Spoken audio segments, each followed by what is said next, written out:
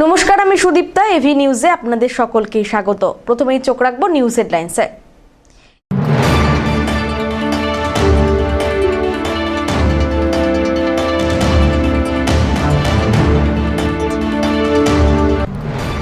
ফালাকাটায় হাটের জমি তৃণমূল নেতার নামে রেকর্ডের অভিযোগ, সরব হাট কমিটি।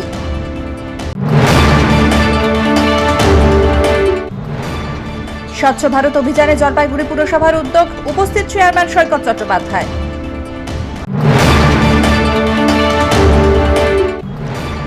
জলপাইগুড়িতে সাপের কামড়ে মৃত্যু গৃহবধূর, চিকিৎসায় গাফিলতির অভিযোগে চাঞ্চল্য।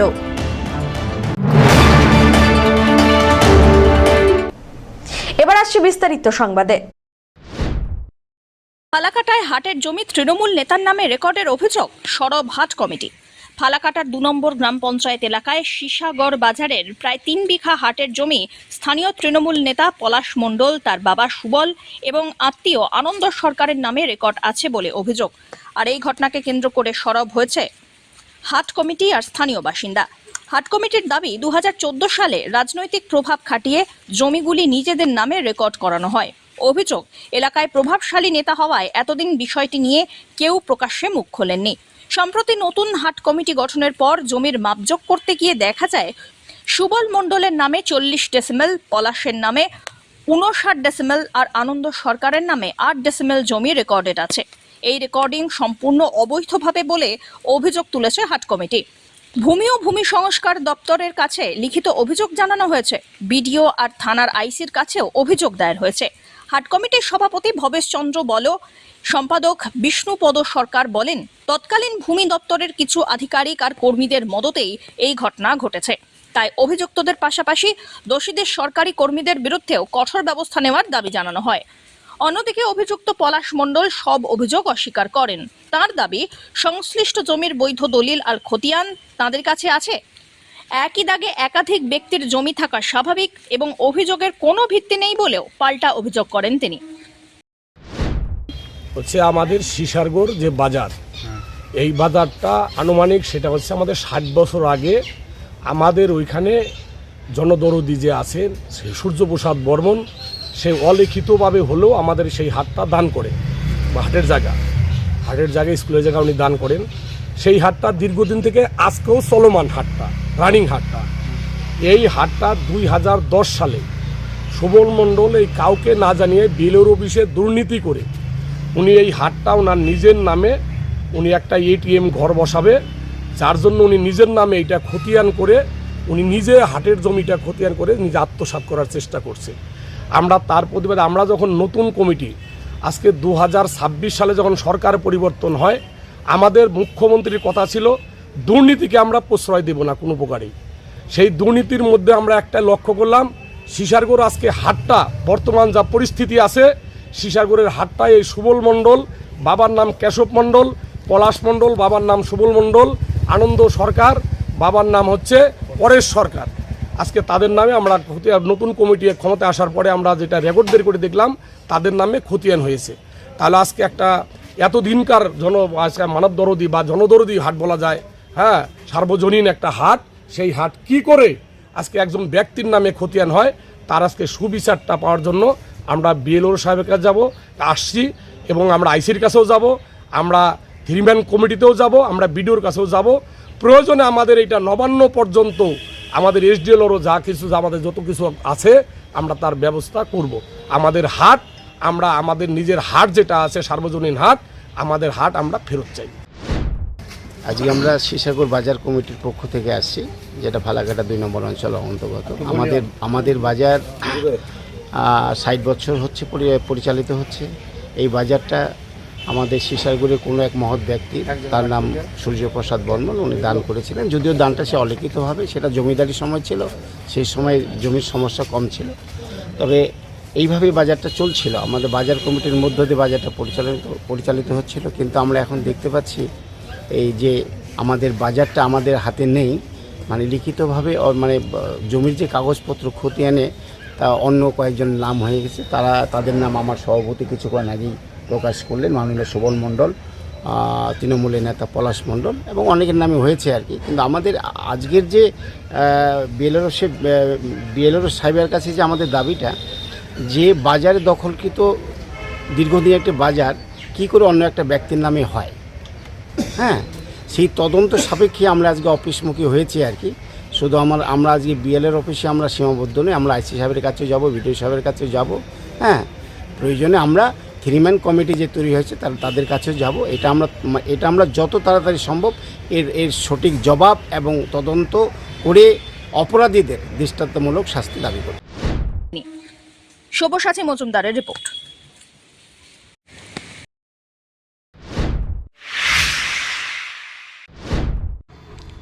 স্বচ্ছ ভারত অভিযানে জলপাইগুড়ি পৌরসভার উদ্যোগ, উপস্থিত চেয়ারম্যান সৈকত চট্টোপাধ্যায়।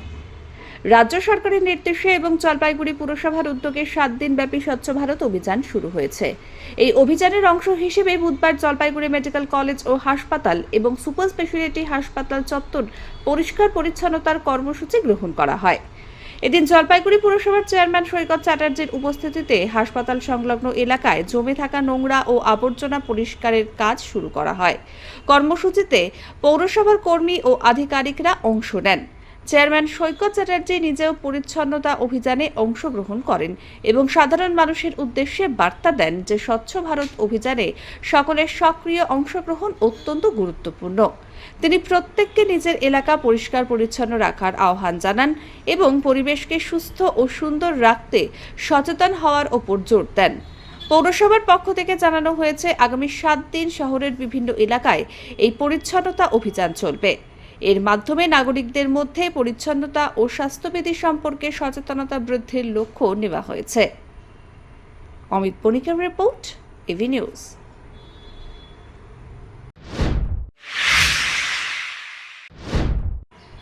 জলপাইগুড়িতে সাপের কামড়ে বধূর মৃত্যু, চিকিৎসায় গাফিলতির অভিযোগে চাঞ্চল্য। জলপাইগুড়ি জেলার রাজগঞ্জ ব্লকের মাঝিয়ালি গ্রাম পঞ্চায়েতের হদুগজ গ্রামে সাপের কামড়ে এক বধূর মৃত্যুকে কেন্দ্র করে ব্যাপক চাঞ্চল্যের সৃষ্টি হয়েছে। মৃতার নাম সবিতা পাল। পরিবার সূত্রে জানা গিয়েছে, বুধবার রাতে বাড়ির রান্নাঘরে কাজ করার সময় সাপের ছোবলে আক্রান্ত হন সবিতা দেবী। এরপর দ্রুত তাকে রাজগঞ্জ গ্রামীণ হাসপাতালে নিয়ে যাওয়া হয়। পরিবারের অভিযোগ, হাসপাতালে নিয়ে আসার পর চিকিৎসকেরা জানান যে তার শরীরে কোনো বিষক্রিয়ার লক্ষণ নেই, তবে কিছুক্ষণের মধ্যেই তার শারীরিক অবস্থার অবনতি ঘটে এবং শেষ পর্যন্ত মৃত্যু হয়। মৃতার পরিবারের দাবি, চিকিৎসকদের অবহেলা ও গাফিলতির কারণেই সবিতা দেবীর মৃত্যু ঘটেছে। ঘটনার নিরপেক্ষ তদন্ত এবং দোষীদের বিরুদ্ধে উপযুক্ত ব্যবস্থা গ্রহণের দাবি জানিয়েছেন পরিবারের সদস্যরা। কালকে রাত 7:30 নাগাদ, 7টা নাগাদ আমার বাড়িতে আমার বউ রান্নাঘরে গেছিল করতে, রান্নার জন্য আর কি। তো ওখানে একটা গমা সাপ কামড় দেয়। সাপটা 2 ঘন্টা আগেই দেখেছিল বাড়িতে, কোথাও ঘুরে বেড়াচ্ছিল। তো কোন সময় চলে আসে রান্নাঘরে, তো তখন সে বলতেছে আমাকে একটা সাপ কামড়। বলে কী সাপ? দেয় দেখি তো গমা সাপটা ওখানে একটা তুষির বালতির মধ্যে রেখেছিল। ওইটা 4-5 দিয়ে পেঁচ দিয়ে আছে, কামড় দিয়ে ও ভিতরে আছে আর দরজাটার মাঝখানে সাপটা দাঁড়ায় আছে। আমি ঘরের ভিতরে ঢুকতে পারতেছি না। এমন সময় দেখি যে সাপটা ওই বালতিটা চারদিকে ঘুরে আছে আর। তখন আমি আমার বালতিটাকে 2টা বাড়ি দিলাম একটা লাঠি দিয়ে। তখন সাপটা বেরিয়ে গেল বাইরে দেখে আর 2টা আবার বাড়ি দিই। তারপরে বউটা বাড়ি ভিতর থেকে আসলো। আমার বউ আসে দেখি যে ওর সাপ কেটেছে, পায়ে বুড়ো আঙুলে কামড় দিয়েছে। তো তখন 3টা বান দিয়ে আর ব্লেড দিয়ে ইয়াটা কাটে দিয়েছে, পাটা কাটে দিয়ে ওই হসপিটালে নিয়ে আসি 7:15 নাগাদ আর 7:30 নাগাদ। তখন এখানে ডাক্তারবাবু আমার পেশেন্টকে নিয়ে কি ইঞ্জেকশন করলো এবং স্যালাইন লাগালো। বললো যে এখানে কোনো বিষের প্রয়োজন নেই, একে বেড রেস্ট দিতে হবে 24 ঘন্টা। 24 ঘন্টা বেড রেস্টে নিয়ে গেল। তারপরে ওখানে মারা যায়। কি নাম আছে আপনার? মারা যায় 8:30। কি নাম আছে আপনার? সবিতা পাল। কেমন বয়স? 54 বছর। কি মনে হচ্ছে সাপে কাটা সেভাবে চিকিৎসাটা সাপে কাটা হলো না কি হলো ওইটা আমি কি করে বলবো? গাফিলাতি মনে করছেন না? গাফিলাতি মনে করেছি এটা। না, বেড রেস্ট আমাকে 24 ঘন্টা নিতে গেল কেন? আমাকে এখানে যদি ছাড়িয়ে দিত তাহলে আমি অন্য কোথাও নিয়ে যেতাম। আমার কথা হলো যে এখান থেকে যদি ছাড়িয়ে দিত আমাকে, তাহলে আমি এখানে অন্যখানে আমি ব্যবস্থা করে নিতাম। আপনাদের অন্যত্র নিয়ে যাওয়ার কথা বলেনি এখান থেকে? না, ওভার লেখেনি তো, 24 ঘন্টা রেস্ট লিখেছে। এখনও ওই রেস্ট বেডে আছি, 24 ঘন্টা বেডে।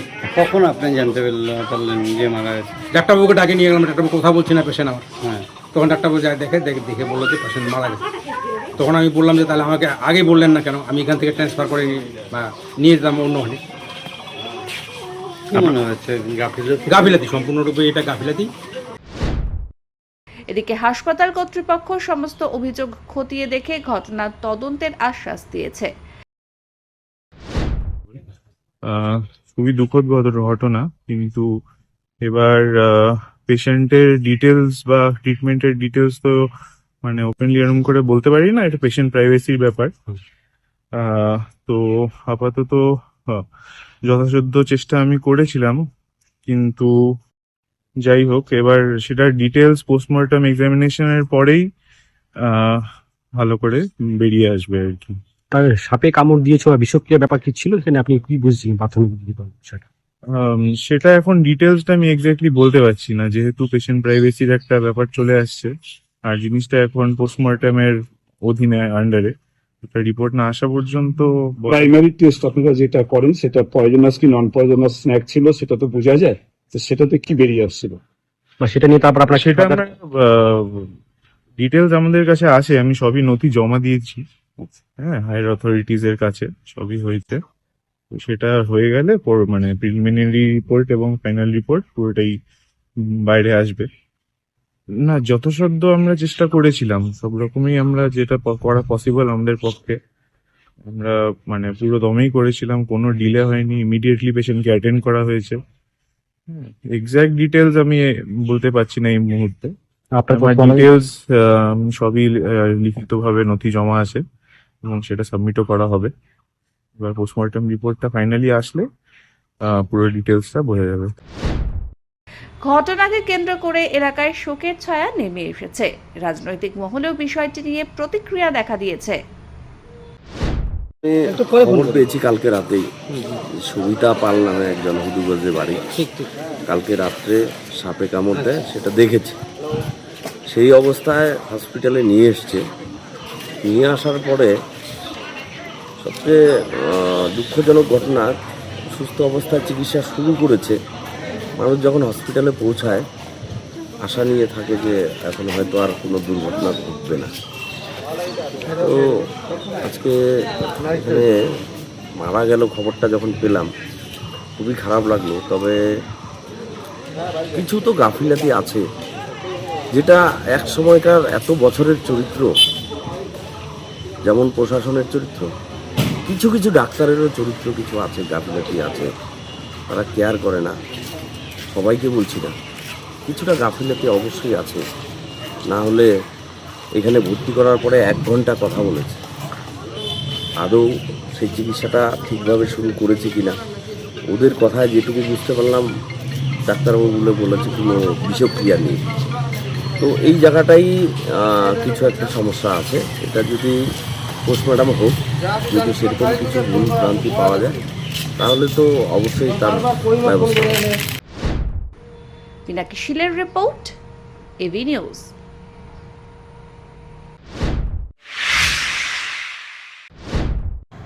জলপাইগুড়ি জেলার ময়নাগুড়ি ব্লকের রামসাই সংলগ্ন জলঢাকা নদীতে স্নান করতে নেমে তলিয়ে গেল 4 কিশোর। বৃহস্পতিবার দুপুরে ঘটে যাওয়া এই ঘটনায় এলাকা জুড়ে চাঞ্চল্যের সৃষ্টি হয়েছে।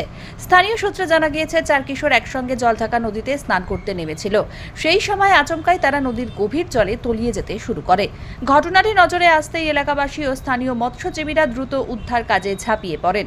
তাদের তৎপরতায় 3 কিশোরকে উদ্ধার করা সম্ভব হয়। উদ্ধার হওয়া কিশোরদের প্রাথমিক চিকিৎসার ব্যবস্থা করা হয়েছে বলে জানা গেছে। তবে এখনো পর্যন্ত একজন কিশোরের কোনো সন্ধান মেলেনি। খবর পেয়ে ঘটনাস্থলে পৌঁছায় ময়নাগুড়ি থানার পুলিশ এবং বিপর্যয় মোকাবিলা বাহিনীর সদস্যরা। নিখোঁজ কিশোরের খোঁজে নদীতে তল্লাশি শুরু করে উদ্ধারকারী দল। এর মধ্যে আর কি 2টার দিকে বাচ্চাগুলো জলঢাকা নদীতে স্নান করতে আসছিল। হঠাৎ স্নান করতে গিয়ে এমন অবস্থায় চারজনে জলের মধ্যে গভীর জলের মধ্যে তলিয়ে যায়।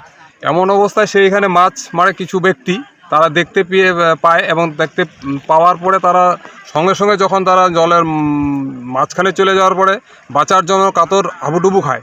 এমতো অবস্থায় তারা যে কোনো তাদের এটা সুরক্ষিত জিনিস নিয়ে তারা হয়তো ওই মাছের যে কার্টনগুলো আছে সেগুলো নিয়ে জলের মধ্যে নামার পরে এমন অবস্থায় সেখানে একটা নৌকা ছিল, তাদেরকে ডাক দেয়, তারা নৌকা নিয়ে লাকড়ি কাটতে গেছিলো।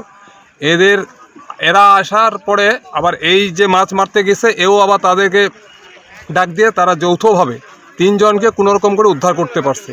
এখন পর্যন্ত একজনকে পাওয়া যায়নি এবং সে নিখোঁজ অবস্থায় আছে। কী অবস্থায় আছে সেটা এখন আমরা বলতে পারবো না এবং না পাওয়া পর্যন্ত কিছু আমরা বলতে পারতেছি না। ঘটনাটি কোথায়? এটা ঘটনাটি ঘটছে রামশাহী অঞ্চলের আমাদের পানবাড়ি মৌজার কাশিয়াবাড়ি জলঢাকা নদীর মধ্যে আর কি। ঘটনাস্থলে কি পুলিশ প্রশাসন আসছে? ঘটনাস্থলে পুলিশ প্রশাসনও আসছে এবং আপাতত আমাদের যে জলের যে ডুবুরি সেই ডিপার্টমেন্টও আসে, তারা খোঁজ খবর চালাচ্ছে। এখন দেখা যাক কতদূর কি হয়, সেটাই এখন দেখার বাকি আমাদের। পিনাকি শিলের রিপোর্ট, এবি নিউজ।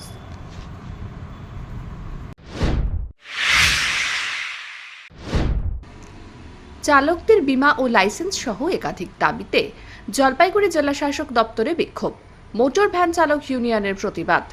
চালকদের বীমায় আওতায় আনা, লাইসেন্স প্রদান, নিরাপত্তা নিশ্চিতকরণ এবং পুলিশি হয়রানি বন্ধের দাবিতে আজ জলপাইগুড়ি জেলা শাসক দপ্তরের সামনে বিক্ষোভ প্রদর্শন করল সারা ভারত মোটর ভ্যান চালক ইউনিয়ন। ইউনিয়নের ডাকে কয়েকশো মোটর ভ্যান চালক এদিন বিক্ষোভ কর্মসূচিতে অংশ নেন। তাদের মূল দাবি, সকল মোটর চালককে বীমার আওতায় আনতে হবে, বৈধ লাইসেন্স প্রদানের ব্যবস্থা করতে হবে, কর্মক্ষেত্রে নিরাপত্তা নিশ্চিত করতে হবে এবং পুলিশি হয়রানি অবিলম্বে বন্ধ করতে হবে। এছাড়াও চালকদের বিভিন্ন দীর্ঘদিনের সমস্যা সমাধানের দাবিও তুলে ধরা হয়। বিক্ষোভকারীরা দুপুরে সমাজপাড়া এলাকায় একত্রিত হয়ে একটি মিছিল বের করেন। মিছিলটি শহরের বিভিন্ন রাস্তা পরিক্রমা করে জেলা শাসক দপ্তরে পৌঁছয়। সেখানে তারা নিজেদের দাবির সমর্থনে বিক্ষোভ প্রদর্শন করেন এবং প্রশাসনের দৃষ্টি আকর্ষণের চেষ্টা করেন। অন্যদিকে আইন শৃঙ্খলা পরিস্থিতি স্বাভাবিক রাখতে জেলা শাসক দপ্তরের গেটের সামনে পর্যাপ্ত পুলিশ বাহিনী মোতায়েন করা হয়। কর্মসূচি চলাকালীন পরিস্থিতি শান্তিপূর্ণ ছিল বলে জানা গেছে। ইউনিয়নের পক্ষ থেকে জানানো হয়েছে, তাদের দাবি দ্রুত পূরণ না হলে আগামী দিনে আরো বৃহত্তর আন্দোলনের পথে হাঁটার কথা বিবেচনা করা হবে। আজকে আমরা এআইইউটিউসির নেতৃত্বে সারা বাংলা মোটর ভ্যান চালক ইউনিয়ন, গোটা পশ্চিমবাংলা জুড়ে যে ইউনিয়নটা দীর্ঘদিন থেকে তাদের লাইসেন্স দেওয়ার দাবি নিয়ে, বিমার আওতায় আনার দাবি নিয়ে, সুস্থভাবে যাতে তারা মোটর ভ্যানটা চালাতে পারে সেই দাবি নিয়ে আন্দোলন চলছে। সেই আন্দোলনের ধারাবাহিকতায় আজকে নতুন করে দেখা যাচ্ছে নতুন সরকার এসেই নানা রকম হুলিয়া জারি করছে, মোটর ভ্যান চালানো বন্ধ, এটা বেআইনি। আমরা যুক্তি দিয়ে দেখিয়েছি, এটা যদি বেআইনি হতো তাহলে আমাদের ওরা একটি নাম্বার দিয়েছে, লাইসেন্স দিয়ে, আমাদের ইউনিয়নের একটা লাইসেন্স দিয়েছে, রেজিস্ট্রেশন দিয়েছে, তার সার্টিফিকেট সহ আমাদের প্রদান করেছে। ফলে কোনো বেআইনি ব্যাপারে তারা লাইসেন্স দিতে পারে না, সার্টিফিকেট দিতে পারে না। যেহেতু সরকারের পক্ষ থেকে আমাদের লাইসেন্স দেওয়া হচ্ছে, সার্টিফিকেট দেওয়া হয়েছে, ফলে আমাদের অবৈধ তারা বলতে পারে না। আমরা এই ইউনিয়নের পক্ষ থেকে হ্যান্ডবিল দিয়ে প্রত্যেকটি মোটর ভ্যান চালককে দেখিয়েছি যে আমরা কী প্রক্রিয়ায় মোটর ভ্যান চালাবো। আমরা যানজটটা অ্যাভয়েড করব, আমরা ওভারলোডিং করব না, আমরা সুস্থভাবে যাতে মোটর ভ্যানটা চলতে পারে। আপনাদের দাবিগুলো কি কি আছে? আমাদের দাবি, তার পাশে আরেকটা বিষয় আছে, সেটা হলো এই মোটর ভ্যান চালকদের ক্ষেত্রে দেখবেন এটা শুধু কয়েক হাজার বা কয়েক লক্ষ মোটর ভ্যান চালক নয়, এর পাশাপাশি যুক্ত হয়ে আছে গ্রামীণ কৃষকরা যারা স্বল্প খরচে তাদের মাল পরিবহন করেন, ছোট ছোট ব্যবসায়ীরা যারা স্বল্প খরচে তাদের মাল বহন করেন। ফলে একদিকে মোটর ভ্যান চালক, আরেকদিকে ক্ষুদ্র ব্যবসায়ী এবং গ্রামীণ কৃষকরাও এর দ্বারা উপকৃত হয়। আমরা দাবি তুলেছি সমস্ত মোটর ভ্যান চালকদের লাইসেন্স দিতে হবে, পুলিশি হয়রানি বন্ধ করতে হবে, তাদেরকে বীমার আওতায় আনতে হবে, সুস্থভাবে যাতে মোটর ভ্যানটা চালাতে পারে তার ব্যবস্থা সরকারকেই দেখতে হবে। অমিত বণিকের রিপোর্ট, এবি নিউজ।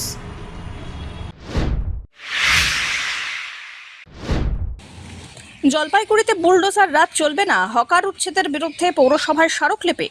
হকার উচ্ছেদ আর সম্ভাব্য বুলডোজার অভিযানের আশঙ্কায় সরব হয়ে জলপাইগুড়ি পৌরসভার চেয়ারম্যানের কাছে স্মারকলিপি জমা দিল জলপাইগুড়ি স্ট্রিট ভেন্ডার আর হকার্স ইউনিয়ন।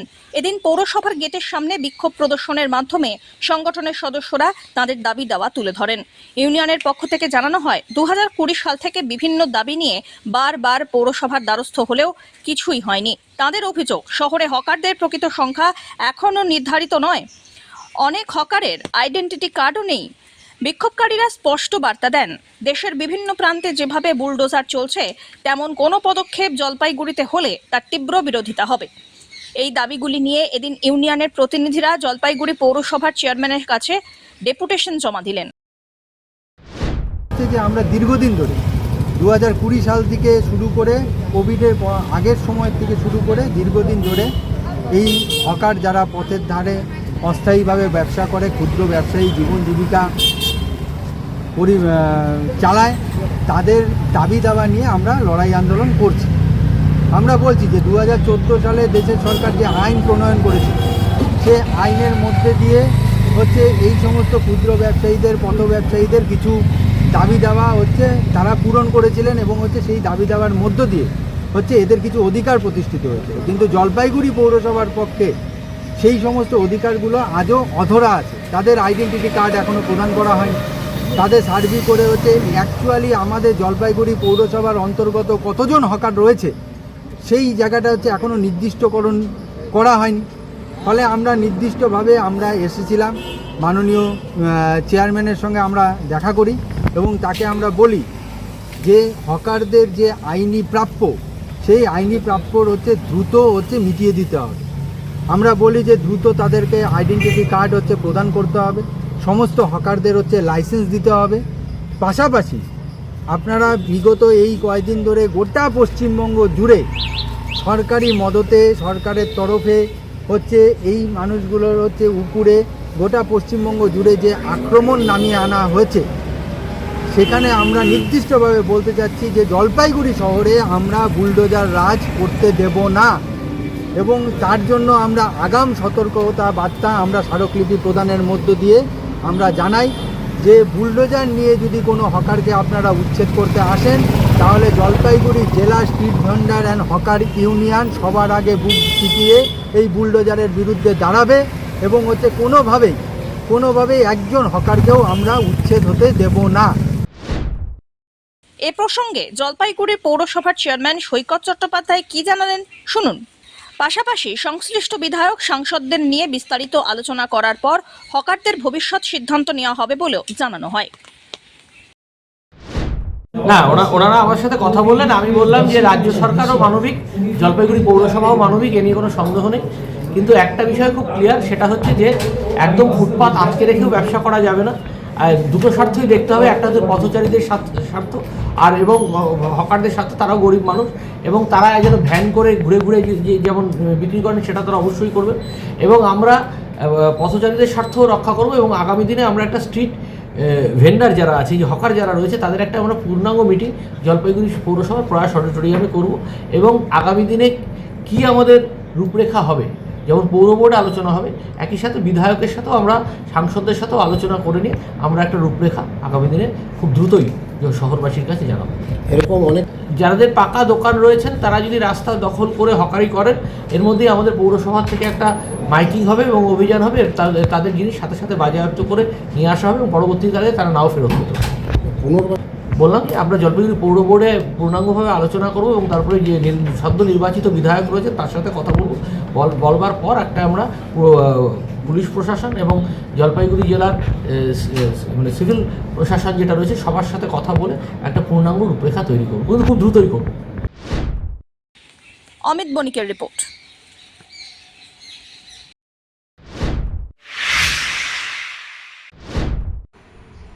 বর্ষার তিস্তার ভয়ঙ্কর অথচ মোহনীয় রূপে মুগ্ধ পর্যটকেরা।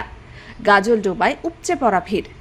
বৃহস্পতিবার আবহাওয়া অনুকূলে থাকায় বর্ষাকালের তিস্তা নদীর অপরূপ সৌন্দর্য উপভোগ করতে দূর দূরান্ত থেকে বিভিন্ন জেলার মানুষ ভিড় জমিয়েছেন গাজলডোবায়।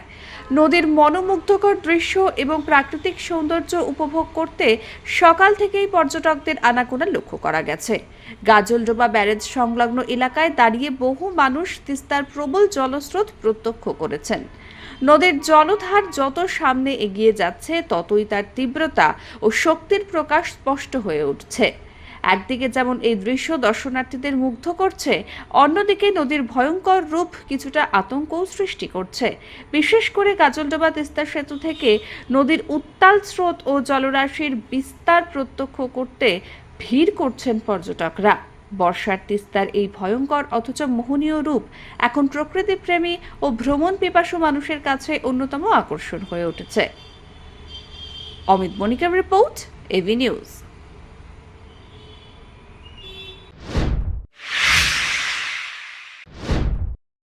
নেশা মুক্তির বার্তা পৌঁছে দিতে জলপাইগুড়িতে পথনাটক ফাঁদ, সপ্তাহব্যাপী সচেতনতা কর্মসূচি। মাদকাসক্তির বিরুদ্ধে জনসচেতনতা গড়ে তুলতে আন্তর্জাতিক মাদক দিবস উপলক্ষে নেশামুক্ত ভারত অভিযানের অংশ হিসাবে জলপাইগুড়ি জেলা সমাজ কল্যাণ দপ্তরের উদ্যোগে বৃহস্পতিবার শুরু হলো সপ্তাহব্যাপী ড্রাগ বিরোধী সচেতনতা কর্মসূচি। তারই সহযোগিতা করছে জলপাইগুড়ি মুক্তাঙ্গন নাট্যগোষ্ঠী আর সিনি। এদিন ফণীন্দ্রদেব ইনস্টিটিউশন, জলপাইগুড়ির কোরকহোম এবং জয়ন্তীপাড়া এলাকায় কর্মসূচির আয়োজন হয়। অনুষ্ঠানে উপস্থিত ছিলেন সমাজ কল্যাণ দপ্তর কর্মী আর আধিকারিকরা। প্রথমে কার্টুন প্রদর্শনের মাধ্যমে শিশুদের সামনে মাদকের ভয়াবহ প্রভাব তুলে ধরা হয়। পরে জলপাইগুড়ি মুক্তাঙ্গন নাট্যগোষ্ঠীর প্রযোজনায় রীনা ভারতী রচিত নির্দেশিত নাটক ফাঁদ মঞ্চস্থ হয়। নাটকের মাধ্যমে যুব সমাজকে মাদকের কুফল সম্পর্কে সচেতনের বার্তা দেওয়া হয়। আয়োজকদের বক্তব্য, যুব সমাজকে নেশামুক্ত করতে, সমাজে মাদক বিরোধী জনমত গড়ে তুলতেই এই বিশেষ উদ্যোগ। আগামী দিনেও এই ধরনের উদ্যোগ চলবে এমনটাই জানানো হয়েছে। 26শে জুন ড্রাগ বিরোধী দিবস, তার প্রাক্কালে আজ জলপাইগুড়ি কোরকহোমে একটি অনুষ্ঠান অনুষ্ঠিত হলো জেলা প্রশাসনের তরফ থেকে এবং সহযোগিতায় ছিল জলপাইগুড়ি মুক্তাঙ্গন নাট্যগোষ্ঠী এবং সিনি। সেই অনুষ্ঠানে একটি ছোট্ট কার্টুনের মাধ্যমে ওদেরকে দেখানো হয় যে কীভাবে ড্রাগ আমাদের ক্ষতি করছে সেই বিষয়টা, এবং সিনির যিনি ছিলেন বর্ণালী দাস, তিনি তার বক্তব্যের মাধ্যমে কিভাবে কেন আমরা নেশা করব না এবং নেশা করলে কী কী ক্ষতি হতে পারে এই সংক্রান্ত বক্তব্য রাখেন। জলপাইগুড়ি মুক্তাঙ্গন নাট্যগোষ্ঠীর পক্ষ থেকে একটি নাটক, নেশা বিরোধী ড্রাগ বিরোধী একটি নাটক, রীনা ভারতী রচিত ও নির্দেশিত ফাঁদ নাটকটি পরিবেশিত হয়। এবং এই অনুষ্ঠানে, কোরকহোমে আয়োজিত অনুষ্ঠানে জেলা প্রশাসনের সমস্ত যারা এই বিভাগের আধিকারিক অর্থাৎ জেলা সমাজ কল্যাণ দপ্তরের আধিকারিকরা উপস্থিত ছিলেন এবং তারপরে জয়ন্তীপাড়া এবং এফডিআই স্কুলেও এই কর্মসূচিটি গ্রহণ করা হয়। দেখে খুবই ভালো লাগলো, যা আজকাল সমাজে নতুন জেনারেশন বাচ্চা কাচ্চা নেশাক্ত হয়ে আছে, তার বিরুদ্ধে একটা অভিযান চালানোর প্রক্রিয়া শুরু হলো। এভাবে যদি সবাই এগোয় এবং এই নেশার বিরুদ্ধে একটু সতর্ক থাকে, তাহলে আমাদের দেশ, সমাজ, পরিবেশ সবই সুস্থভাবে বসবাস করতে পারবে এবং ছেলেপেলেরও জীবনযাপন সুস্থভাবে কাটবে। সব্যসাচী মজুমদারের রিপোর্ট।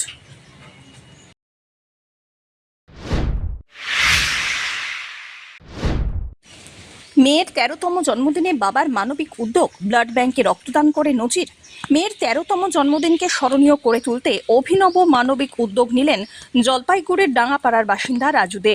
জন্মদিনের আনন্দকে সমাজসেবার সঙ্গে যুক্ত করে বৃহস্পতিবার জলপাইগুড়ি মেডিকেল কলেজ ও হাসপাতালের ব্লাড ব্যাংকে স্বেচ্ছায় রক্তদান করেন তিনি।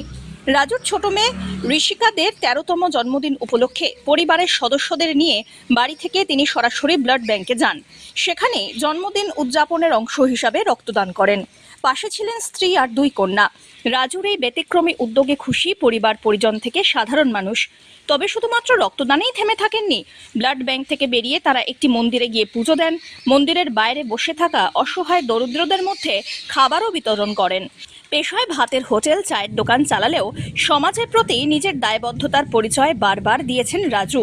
মেয়ের জন্মদিনে তার এই মানবিক আর সামাজিক উদ্যোগকে সাধুবাদ জানিয়েছেন এলাকাবাসী। আজকে আমার ছোট মেয়ের জন্মদিন, 13 বছর হলো। সেই উদ্দেশ্যে আমি এখানে ব্লাড ডোনেট করতে আসলাম। হ্যাঁ, আমি প্রত্যেক বছরে আমি এটা ডোনেট করি। আমি বছর 2বার ডোনেট করি। চিন্তাটা এই উদ্যোগটা এই চিন্তাটা হলো আমার যে কোনো আজকে দেখেন আমার এবি পজিটিভ রক্ত, একটা কোনো গরিব লোকের যদি এবি পজিটিভ রক্ত লাগে তাকে হয়তো ব্লাড ব্যাঙ্ক হয়তো সে পাবে না, সে অনেক জায়গায় হয়তো তাকে ঘুরতে হবে। সে উদ্দেশ্যে আমি আজকে এখানে ব্লাডটা ডোনেট করে গেলাম।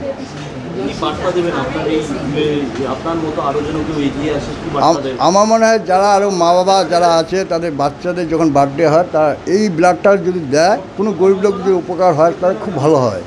এটা সবারই উচিত এটা ব্লাডটা ডোনেট করা।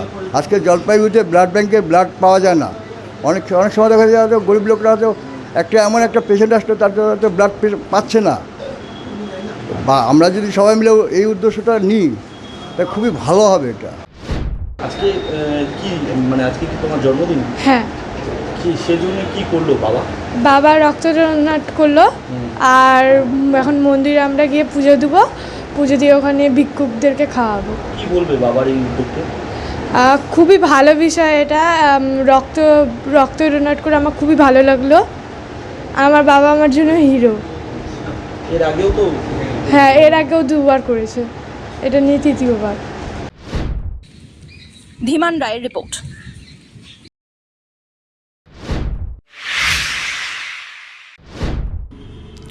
উপকরণের মূল্যবৃদ্ধিতে চাপে জলপাইগুড়ির মৃৎশিল্পীরা, প্রতিমার অর্ডার ও বিক্রিতে প্রভাব। শারদোৎসবের আর বেশি দেরি নেই, আর সেই উপলক্ষে বর্তমানে জলপাইগুড়ির বিভিন্ন প্রতিমা কারখানায় জোরকদমে চলছে প্রতিমা তৈরির কাজ। বড় বড় কর্মশালাগুলিতে অনেকটাই এগিয়ে গিয়েছে প্রতিমা নির্মাণের কাজ। ইতিমধ্যেই বড় আকৃতির প্রতিমার কাঠামো তৈরিও সম্পন্ন হয়েছে। তবে উৎসবের প্রস্তুতির মাঝে উদ্বেগ বাড়ছে মৃৎশিল্পীদের মধ্যে। তাদের অভিযোগ, গত বছরের তুলনায় এবছর প্রতিমা তৈরির প্রয়োজনীয় উপকরণ যেমন মাটি, পোয়াল, সুতলি, কাঠ, পেরেক সহ অন্যান্য সামগ্রীর দাম উল্লেখযোগ্যভাবে বেড়ে গিয়েছে। ফলে প্রতিমা তৈরির খরচ অনেকটাই বৃদ্ধি পেয়েছে। এই মূল্য বৃদ্ধির সরাসরি প্রভাব পড়ছে প্রতিমার অর্ডার ও বিক্রির ওপর। মৃৎশিল্পীদের মতে বাড়তি খরচের কারণে প্রতিমার দাম বাড়াতে বাধ্য হচ্ছেন তারা, আর সেই কারণেই বায়না বা অগ্রিম অর্ডারের ক্ষেত্রেও কিছুটা সমস্যার মুখে পড়তে হচ্ছে। বর্তমানে বড় আকৃতির একটি প্রতিমার দাম প্রায় 20 থেকে 25,000 টাকার মধ্যে হতে পারে বলে জানিয়েছেন শিল্পীরা। এদিকে বর্ষা শুরু হওয়ায় কাজের গতি নিয়েও চিন্তায় রয়েছেন প্রতিমা নির্মাতারা। টানা বৃষ্টি হলে প্রতিমা শুকানোর কাজে বিঘ্ন ঘটতে পারে, যা সময় মতো কাজ শেষ করার ক্ষেত্রে বড় চ্যালেঞ্জ হয়ে দাঁড়াতে পারে। সব মিলিয়ে একদিকে কাঁচামালের মূল্য বৃদ্ধি এবং অন্যদিকে বর্ষার অনিশ্চয়তা, এই দুইয়ের চাপে এবারের মরশুমে কিছুটা কঠিন পরিস্থিতির মধ্যে দিয়ে যেতে হচ্ছে জলপাইগুড়ির মৃৎশিল্পীদের। এখন তো মাটির দামটাও বেড়েছে, মাটির দাম বেড়েছে, পোয়ালের দাম বেড়েছে, শুকলির দাম বেড়েছে, সব জিনিসের দামই বেড়েছে আমাদের যেগুলো কাজে। এবার বড় প্রতিমার ক্ষেত্রে দাম কতটা হয়েছে একটু যদি বলেন আনুমানিক? এখন তো কাস্টমার সেরকম আসে না। সামনে হ্যাঁ, এখন তো কাস্টমার সেভাবে আসে নাই, তবে দামটা এবার গত বর্ষে অনেকটাই। এবার বড় প্রতিমা তাও ধরো 14 ফিট যেগুলো হয় মিনিমাম কত টাকা হতে পারে? আমাদের এখানে যেগুলো সাইজ আছে এগুলো 25-30 হাজার। মানে এই যে এই পোয়াল বা মাটির দামের জন্য। হ্যাঁ। অমিত বণিকের রিপোর্ট, এভি নিউজ।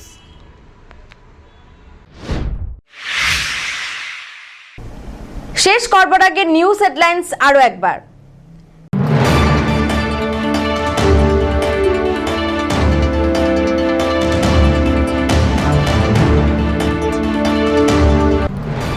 ফালাকাটায় হাটের জমি তৃণমূল নেতার নামে রেকর্ডের অভিযোগ সরব হাট কমিটি।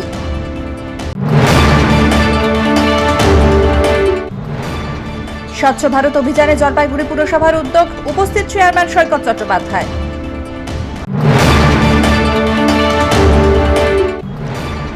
জলপাইগুড়িতে সাপের কামড়ে মৃত্যু গৃহবধূর, চিকিৎসায় গাফিলতির অভিযোগে চাঞ্চল্য।